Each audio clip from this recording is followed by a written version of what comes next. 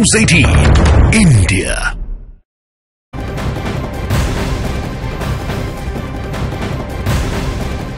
और इस वक्त की एक बेहद अहम खबर, आज दिल्ली कूच करने की तैयारी है किसानों की। केंद्र सरकार के साथ में एक बेहद अहम बैठक भी कल हुई, लेकिन यह बैठक बेनतीजा रही। तकरीबन 5 घंटे तक के केंद्रीय मंत्रियों की यह बैठक चली है किसान संगठन के साथ में, लेकिन इसका कोई निष्कर्ष नहीं निकला है। लेकिन किसान नेताओं का दावा है कि वो दिल्ली कूच के अपने फैसले पर अडिग है और आज वो दिल्ली कूच के लिए रवाना होते भी दिखाई देंगे और इसके लिए सुरक्षा के तगड़े इंतजाम दिल्ली बॉर्डर पर किए गए। चंडीगढ़ में एक बेहद अहम बैठक हुई किसानों की और केंद्र सरकार के प्रतिनिधियों की, लेकिन यह बैठक बेनतीजा रही। तकरीबन 5 घंटे तक यह बैठक चली है। कई मुद्दों पर बताया गया कि सहमति भी बनी, लेकिन कुछ मुद्दों पर सहमति नहीं बन पाई और इसलिए किसान आंदोलनकारियों ने दिल्ली कूच के अपने ऐलान पर कायम रहने की बात कही है। किसान आज सुबह 10 बजे दिल्ली के लिए कूच करेंगे।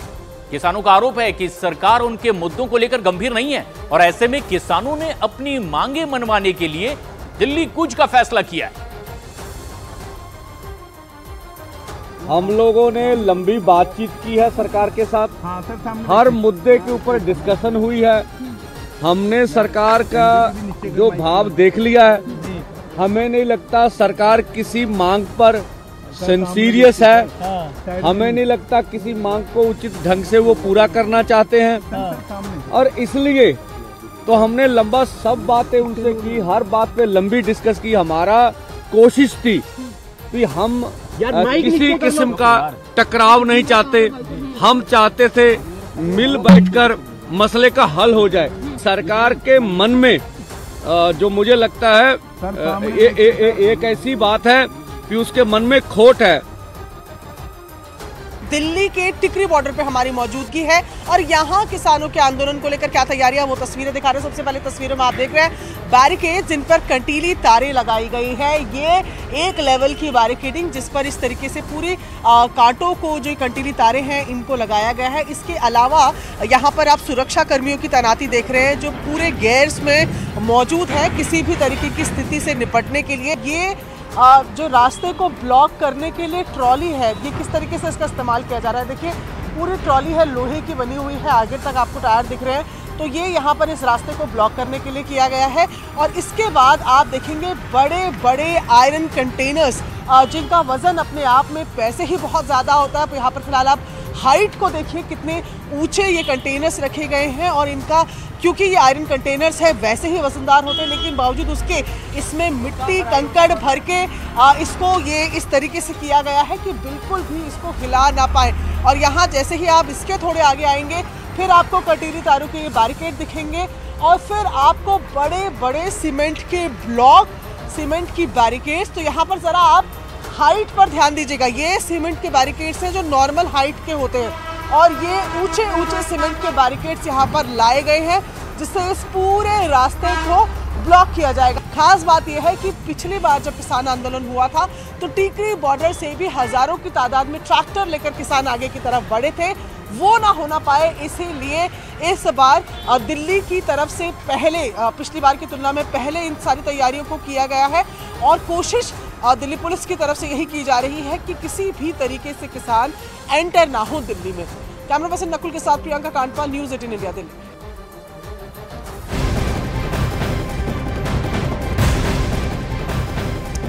किसान सरकार पर मांगे नहीं मानने का आरोप लगा रहे हैं, लेकिन केंद्रीय मंत्री अर्जुन मुंडा का कहना है कि किसानों के साथ हुई कई मुद्दों पर गंभीरता से बात। उन्होंने कहा कि जिन मुद्दों पर बात नहीं बन पाई है उन पर बातचीत के जरिए समाधान निकाला जाएगा। तो ये अर्जुन मुंडा ने कहा। दरअसल कल केंद्रीय मंत्रियों के साथ किसान संगठनों की बैठक चंडीगढ़ में 5 घंटे तक होती है, लेकिन अर्जुन मुंडा कह रहे हैं कि कुछ मुद्दों पर सहमति बनी है, कुछ में नहीं बन पाई है। किसान संगठनों के साथ बातचीत बहुत गंभीरतापूर्वक हुई और सरकार हमेशा चाहती है कि बातचीत के माध्यम से हर किसी समस्या का समाधान हम निकाल सकते हैं। अस्थायी समाधान के लिए एक कमेटी बनाने की आवश्यकता है और उसमें हम अपनी सारी बातों को रखें और उसका अस्थायी समाधान ढूंढें। अपनी मांगे मनवाने के लिए किसान एक बार फिर दिल्ली कूच करने के लिए तैयार हैं। सरकार ने उन्हें मनाने की खूब कोशिश की, लेकिन चंडीगढ़ में हुई 5 घंटे की मैराथन बैठक के बाद भी कई मुद्दों पर बात नहीं बन पाई, जिसके बाद किसानों ने अपना प्रदर्शन जारी रखने का ऐलान किया। दिल्ली को कूच देखते हुए दिल्ली के सभी बॉर्डर पर सुरक्षा व्यवस्था चाक चौबंद है। 4 तस्वीरें आपके सामने हैं। दिल्ली बॉर्डर को पूरी तरीके से सील किया गया है। किसानों का कूच और पिछली बार की तरह इस बार तैयारियां ज्यादा पुख्ता हैं।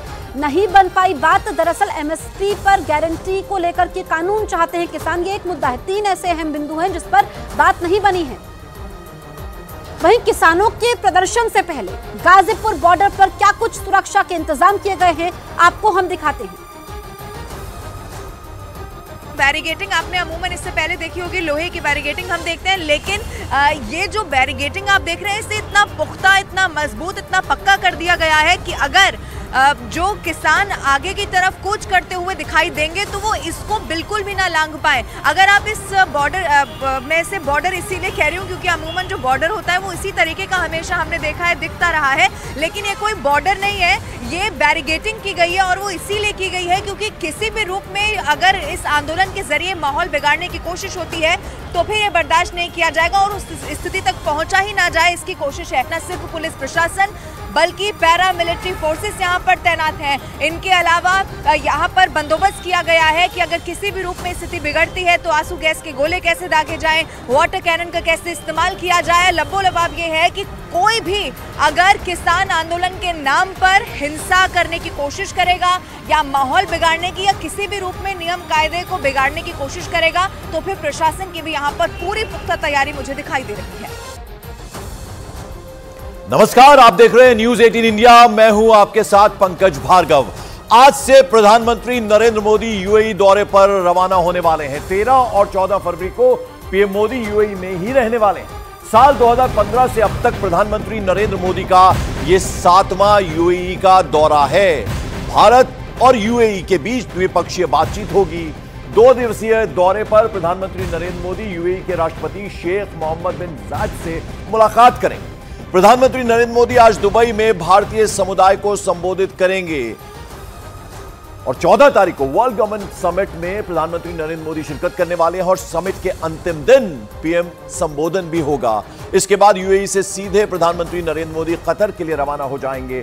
कतर के अमीर से उनकी मुलाकात होनी है और वहां पर वो द्विपक्षीय वार्ता भी करने वाले हैं। और प्रधानमंत्री जब आज भारतीय समुदाय को संबोधित करेंगे तो उसका नाम एहलान मोदी रखा गया, यानी नमस्कार मोदी। तो बड़ा उत्सुकता भारतीय समुदाय को होगी प्रधानमंत्री नरेंद्र मोदी को अपने बीच में पाकर। अबू धाबी में भव्य बीएपीए स्वामीनारायण हिंदू मंदिर का उद्घाटन प्रधानमंत्री नरेंद्र मोदी 14 फरवरी को करने वाले हैं। अबू धाबी में यूएई के सबसे बड़े मंदिर के उद्घाटन की तैयारियां पूरी हो चुकी हैं। न्यूज 18 इंडिया पर भव्य मंदिर की एक्सक्लूसिव तस्वीरें आपको दिखा रहे हैं हम। मंदिर के उद्घाटन के दिन करीब 2000 से 5000 श्रद्धालु के आने की संभावना है।